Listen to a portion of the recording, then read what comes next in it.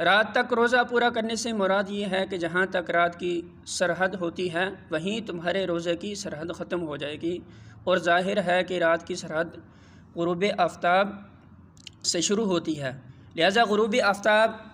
ہی کے ساتھ افطار کر لینا چاہیے۔ سحر اور افطار کی صحیح علامت یہ ہے کہ جب رات کے آخری حصے میں افق مشرقی کنارے پر سفید صبح کی باریک سی دھاری نمودار ہو کر اوپر بڑھنے لگے تو سحری کا وقت ختم ہو جاتا ہے، اور جب دن کے آخری حصے میں مشرق کی جانب سے رات کی سیاہی بلند ہوتی نظر آئے تو افطار کا وقت آ جاتا ہے۔ آج کل لوگ سحری اور افطار دونوں کے معاملے میں شدید احتیاط کی بنا پر کچھ ہے بیجا تشدد برتنے لگے ہیں، مگر شریعت نے ان دونوں اوقات کی کوئی ایسی حد بندی نہیں کی ہے جس سے چند سیکنڈ یا چند منٹ ادھر ادھر ہو جانے سے آدمی کا روزہ خراب ہو جاتا ہے۔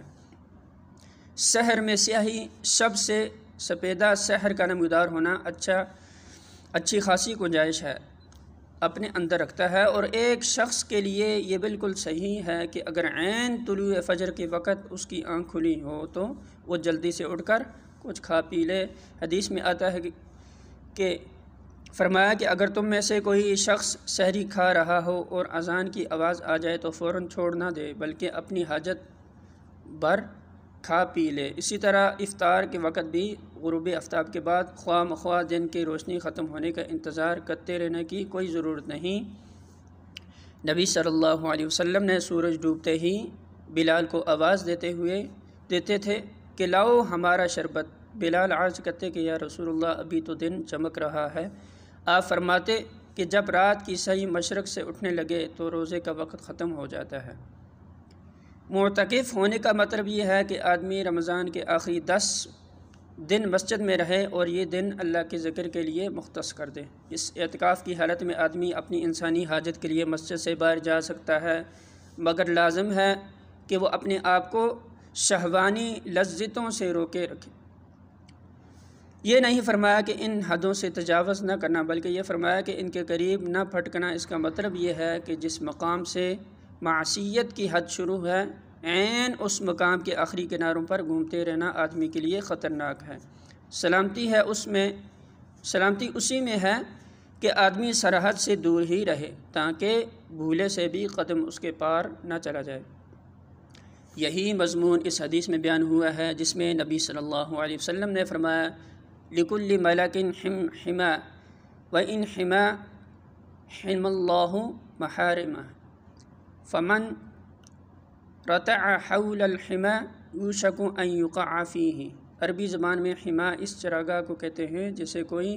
رئیس یا بادشاہ پبلک کے لیے ممنوع کر دیتا ہے۔ اس استعارے کو استعمال کرتے ہوئے حضور صلی اللہ علیہ وسلم فرماتے ہیں کہ ہر بادشاہ کی ایک حما ہوتی ہے، اور اللہ کی حما اس کی وہ حدیں ہیں جن سے اس نے حرام و حلال، طاعت و معصیت کا فرق قائم کیا ہے۔ جو جانور حما کے گرد ہی چرتا رہے گا ہو سکتا ہے کہ روزہ وہی حما کے اندر داخل ہو جائے۔ افسوس ہے کہ بہت سے لوگ جو شریعت کی روح سے ناواقف ہیں ہمیشہ شریعت اجازت کی آخری حدوں تک ہی جانے پر اصرار کرتے ہیں، اور بہت سے علماء و مشائخ بھی اسی غرض کے لیے سندیں ڈھونڈ کر جواز کی آخری حدیں انہیں بتایا کرتے ہیں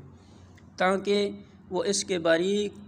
خطہ امتیاز پر ہی گھومتے رہیں۔ جہاں اطاعت اور معصیت کے درمیان محض بال برابر فاصلہ رہ جاتا ہے، اس کا نتیجہ ہے کہ بکثرت لوگ معصیت سے بھی بڑھ کر ضلالت میں مبتلا ہو رہے ہیں، کیونکہ ان باریک سرحدی خطوط کی تمیز اور ان کے کنارے پہنچ کر اپنے آپ کو قابو میں رکھنا ہر ایک کے بس کا کام نہیں۔